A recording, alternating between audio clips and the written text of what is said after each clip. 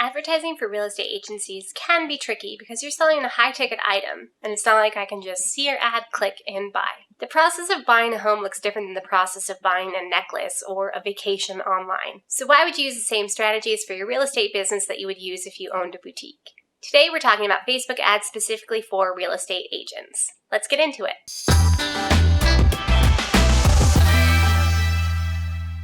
Hi, I'm Morgan with LYFE Marketing, the digital marketing agency that helps small businesses grow. And today I'm talking directly to real estate agents for running their ads on Facebook. Now, the strategies that I'm going to talk about today will actually work for a lot of service-based businesses and local businesses. So if that's you, you can still find a lot of valuable information in this video.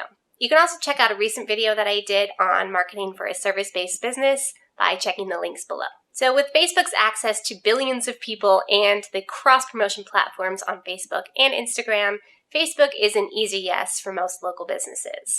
Actually, for most businesses across the board. Let's look at some ad targeting that works really well for real estate agents.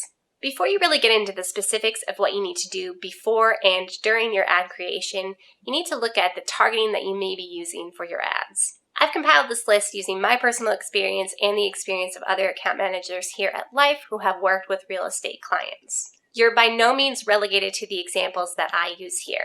You can make any ad type work with the proper planning and strategy. But these are a good starting point, and I found that they work pretty well across the board. Now, the targeting that you'll be using most frequently is retargeting and location-based targeting. Let's look at retargeting first. Retargeting ads are ads that show to people who have already engaged with your business in some way. These work because you're showing ads to people who are a warm audience. That means they're interested in you or the service that you offer already. Now, your options for targeting people for these ads are quite broad, actually. You can target people based on the number of followers you have, based on video views, based on visits to specific web pages, etc.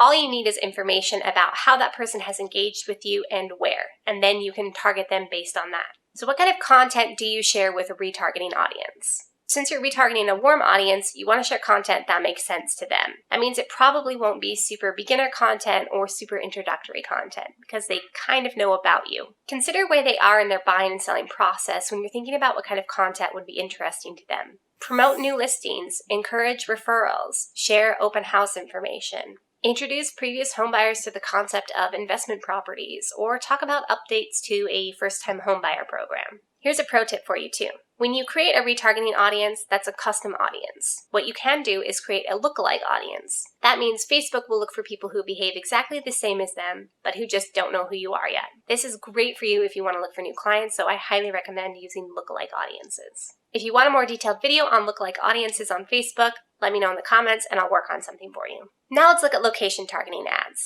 Location-targeted ads are kept to a specific geographic radius. You have 3 different options when you're targeting people on a specific geographic area. You can target people who live there, people who were recently there, and people who travel there. Each of these options may be useful to you depending on your goals for that ad. Now, location-based targeting works really well because you're not spending oodles of money showing to people who are not in the area, who are not looking to buy a home, and who have no interest in what you do. You can at least be sure that the people that you're targeting and the people who are seeing your ad are people who could call you and see you that same day, most likely. So, who should you target? Well, that depends on where you sell and what clients you're looking for. If you're looking for clients who are wanting to upgrade their home, maybe move from a starter house to a bit more expensive home, then you'll target your ads to the starter neighborhoods in your area. And you'll talk about upgrading their house, selling, looking for a bigger home, a better investment, etc. Now, what kind of content can you share to your local targeting? Well, again, anything that you want to. But you'll want to share new home listings, open house information, any information for the market in the specific area that you're in. The sky is the limit here, so get creative and think about what will make sense to the people in your area. You know them best. So before you run ads, you need to prepare for and set up your campaigns. I'll show you how to do that next. You want to do some legwork before you can actually run ads. You can stumble into a successful campaign, but it will be difficult to replicate and understand why it worked if you didn't do any planning before you went into it. So I've compiled a list of pro tips from myself and other account managers here at LYFE Marketing to help you when you're creating these ads for your real estate business. Now, while this list isn't exhaustive, it is filled with strategies and experiences that we've actually had while running campaigns. Some of these were learned the hard way, So take some time to go through this and think about what will be most beneficial to you. As with any digital marketing strategy, it may or may not work for you because nothing is guaranteed and each business is different, even in the same industry. You'll need to continue monitoring and adjusting your efforts as you go. Before you start creating ads and writing copy, I want you to ask yourself and your team a few questions. Think about who you're advertising to. Where are they on their customer journey? How will you measure performance, your success, your failure? And where will you draw inspiration from? I'll answer all these questions with you in the following examples, so stick with me. Let's look at your audience first. Before you can start running ads, you'll want to have a really clear idea of who you're targeting. There's nothing that will waste your advertising budget faster than just running ads and kind of having no idea where you're going with them. You can have the prettiest graphics and the best written copy and get exactly 0 results if you don't know who you're talking to and you haven't honed your message. Now, depending on how much experience you have, you probably help a similar set of buyers and sellers. Maybe you mainly handle commercial real estate, or you've noticed that most of your clients are first-time home buyers. Look for any patterns in your existing clientele and see if there's a niche that you can kind of wiggle into. Now, that doesn't mean that you stop marketing to people outside of this niche or you don't take on new clients that don't fit into this mold. Not at all. It just means that you focus your first advertising efforts on connecting with this audience specifically. Part of understanding your audience is understanding why they're contacting you in the first place. And this is beyond the big, I need to buy or sell a house. Grab a piece of paper or open a new document on your computer, and we'll use this throughout the rest of the video to answer some questions and help you get some direction. Let's answer these questions first. Are there any patterns or trends in the type of people that I work with? Am I specialized in any type of real estate or loans? What areas am I licensed in? You'll keep this paper nearby because, like I said, we'll be using this throughout the rest of the video to answer some questions. Let's look at understanding your audience's place in their customer journey. If you don't know where your customer is or what's driving their decisions, how will you market to them? The short answer is you probably won't, at least not effectively. You need to understand whether your audience is buyers or sellers or agents or something completely different. Then you need to figure out where they're at, what led them to you, and what they want or need in this moment. Easy, right? Job done. Just kidding. I know that it can seem like a lot, but it is doable. Just hang in there with me. If you think about it, you actually do this all the time already. Think about all the questions that clients have asked you or all the stories that they've told you about why they're buying or selling. Each client will have a different path and they'll be at a different spot on that path, but you notice some generalities, right? For example, a seller typically doesn't wake up one morning and say, all right, that's it, I'm listing my house, without thinking about it for even a second before. They usually have some reasons for wanting to sell. Maybe they're moving for a job or they want to be closer to family. Maybe the house is too big or too small. Maybe they just want to capitalize on a really hot market. Let's say your buyer is someone who just sold their first home and is relocating for a new job. They're also thinking about starting a family, so they're looking for some extra space. How would you help them? What questions would you anticipate them having? What kind of homes would you look for them? What would you think would be important to them? How would you treat them differently or go about this differently than if they were an investor looking to buy their 6th property? If you think about it this way, it's a great way to mine for content. First of all, you're really thinking through these customer journeys and really looking at exactly what you're doing, and you're anticipating those needs that we talked about. Plus, you're identifying groups of people that you may be able to talk to generally in an ad. Now keep in mind this is just one type of customer at one spot on their customer journey, and you could do a whole bunch of different versions of these ads. The point here is just to focus in on that one buyer. It's a whole process, but it will get easier as you go, I promise. Let's revisit that paper that we were working in just a couple minutes ago. We'll answer these questions. Are there stories you hear from prospective clients often? Are there trends in the client's reasons for buying or selling that you've noticed? Are there any patterns in client needs? What process of buying or selling do your clients ask the most questions about? Okay, set aside that paper and we'll move on to how to establish key performance indicators or figuring out if your ads are doing great or not so great. So it's never a good idea to set up ads without knowing how you'll track performance. Leads and clicks aren't going to be enough information to go on their own because you're going to need to know how many of those leads or clicks actually turn into clients and how much those clients are worth for your business. How will you know when your ads are working? When you're getting 100 referrals a month? When you're getting 3 new clients a month? Will you be happy as long as your ads just stay under $600 spend a month? You get to decide what these are. But if you're working with an in-house marketing team or a marketing agency like LYFE, I would recommend asking them what they think is good performance for your ads before you get started. First of all, they'll have a good idea of what to expect for your budget and for what your goals are overall. And they'll also be able to more easily identify when an ad really isn't working working very well, and they can kind of curb spend before it gets out of hand too quickly. Now, if you're not working with an in-house team or an agency, don't worry, you can still manage this by yourself. You'll establish KPIs, and then you'll just need to understand that sometimes those will change. You can adjust your KPIs as you go, so don't freak out if you notice that they're really not going the right way at the beginning, or at least what you think the right way should be. It's normal to need to make improvements and changes as you go and to adjust your budgeting, your targeting, and all of those things to try to get those KPIs that you're looking for. So let's get back to that document or paper that we've been working in, and this will help you establish what your KPIs are going to be. So we'll answer the following questions. How much can you afford to spend on ads every month? And how long can you afford to spend that without seeing results? How much are you willing to pay per lead? For a starting point, I would go around $3 or $4 per lead. How many leads do you want per month? What other actions are valuable to you, like a page like, a comment, a message, or a phone call? And do you keep track of how clients find you now? If not, you definitely need to start gathering that information. If you're really not sure about your budget and you're just kind of confused about all of it, I have a really good tool for you. It's HubSpot's The Advertising ROI Calculator, and I think it's excellent. Let's take a look at it really quickly. You'll visit hubspot.com/ads-calculator. When you get there, you'll adjust each slider section to your desired or actual results. The right side of the screen will display results, expected clicks, leads, revenue, and profit, and it shows your ROI at the bottom in that big box. Like I said, this is great if you really have no idea where to start, and it's a good way to check and see if your ads are really doing what they should be doing. Let's look at another pro tip here, which is segmenting your marketing efforts, which we've talked a little bit about before. Now, as I mentioned, in order to run truly effective ads, you need to segment your audience into smaller groups. Each of these groups will have a unique situation and need that you should speak directly to.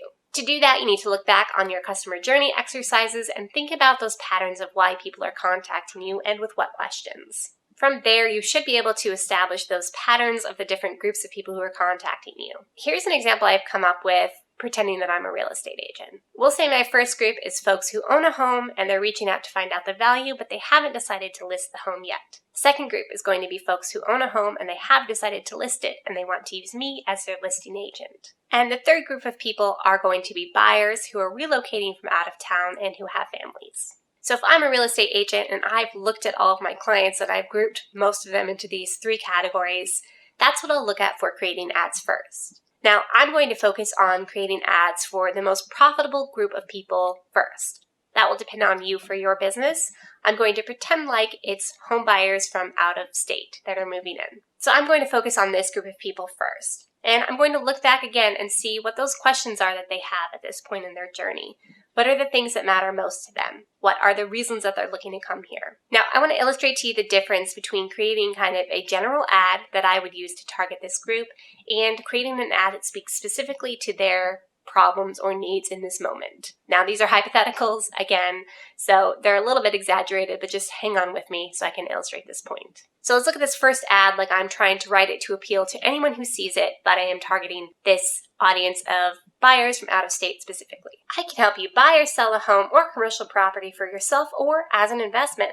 Locals and those new to the area with no budget or big budget, give me a call. Now let's look at an ad where we're speaking specifically to that group of people. New to the area? I can help you find the best houses in great neighborhoods that are close to the best schools. I was voted best agent for new residents in 2020, and I know all the coolest parks for the little ones. Let's discover some fun parks and tour a couple of houses together. Kids are welcome. Schedule a consultation on my website now. It only takes 2 minutes. So look at the difference between those two ads already. One speaks specifically to me as a parent moving from out of state. It's exactly what I'm looking for, and I'll think, wow, this person considers kids, they thought about schools, they are great for new residents, so I'm going to give this person a call. Whereas if I had seen the general ad, maybe I would think about it if I was just making a list of real estate agents to call, but probably more likely I would just scroll on by. I know hypotheticals can be tough, so let's look at some real examples and I'll show you one of my favorite ways to find actual ads that other real estate agents are running. So I always like to see what other companies are doing when I start researching a new client's ads. For starters, it can help you get a good idea of what you do and don't like personally for your business. It also can help you identify ways that your ads can stand out or differentiate themselves from the crowd. For example, maybe the ads you see only use images and you think videos of the property will do better. Do that instead. If you see companies following the same trend, it could be for a reason, the reason being that it works, or it could be just because people are following that trend. The only way you'll know is really if you try. Now, you could just wait to see what ads you get served for other real estate agents, or you can use a tool that industry professionals like to use called the Facebook Ad Library. Let me give you a tour of that really quickly in case you don't know what I'm talking about. The Facebook Ad Library was created to establish transparency across the platform for ads that are about social issues or government politics. For general ads, you can search by advertiser keyword or name, and you can see ads that are currently running on the Facebook platform. I recommend taking some time to familiarize yourself with the Facebook Ad Library because it's a great resource. Play around with all the search and filtering options. You can see me doing this here.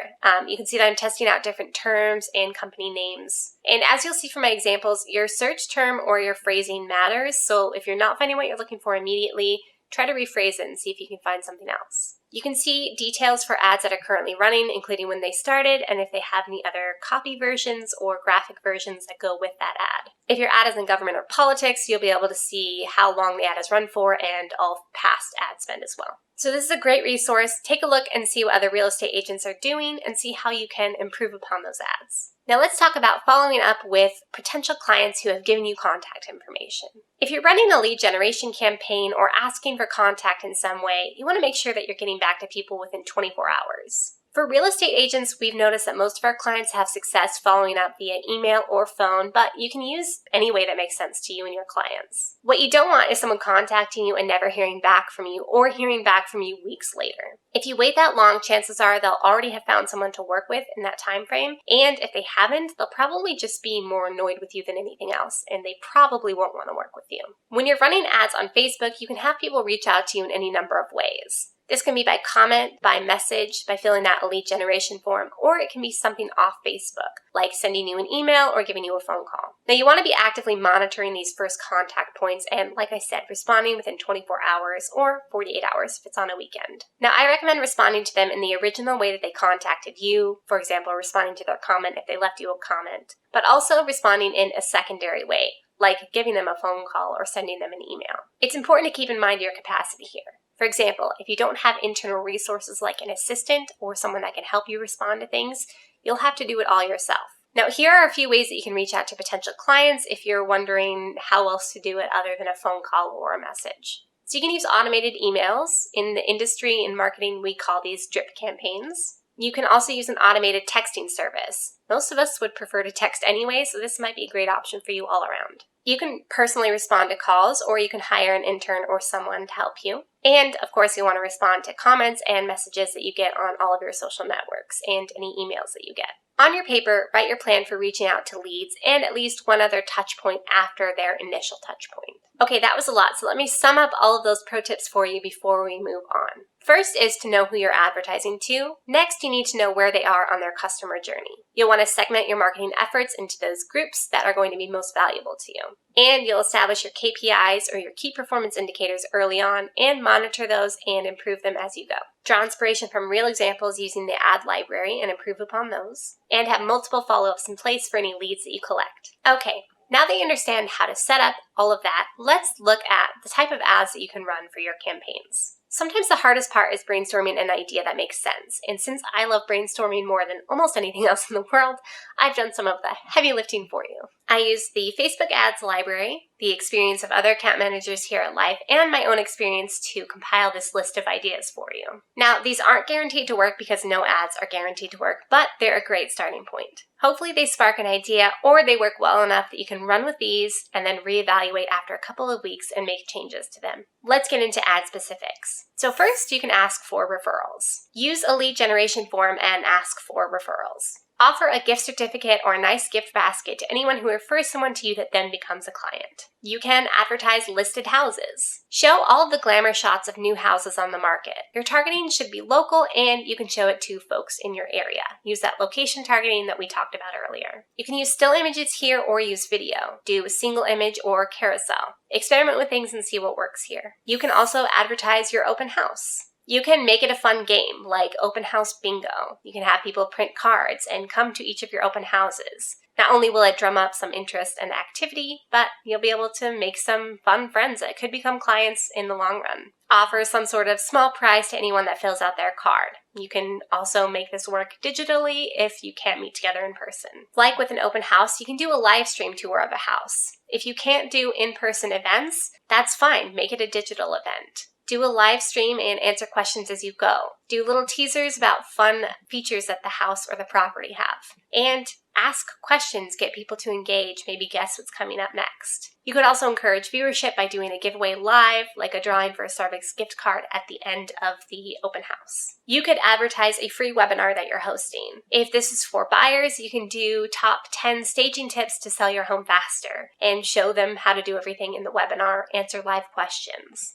If this is for sellers, maybe you do top 3 home loans that new buyers don't know about and show them how to do all these things live and answer their questions. You can find prospective buyers or sellers by offering some sort of a freebie, like an ebook or a quote. For example, contact us to get a free home appraisal or get your free staging guide, etc.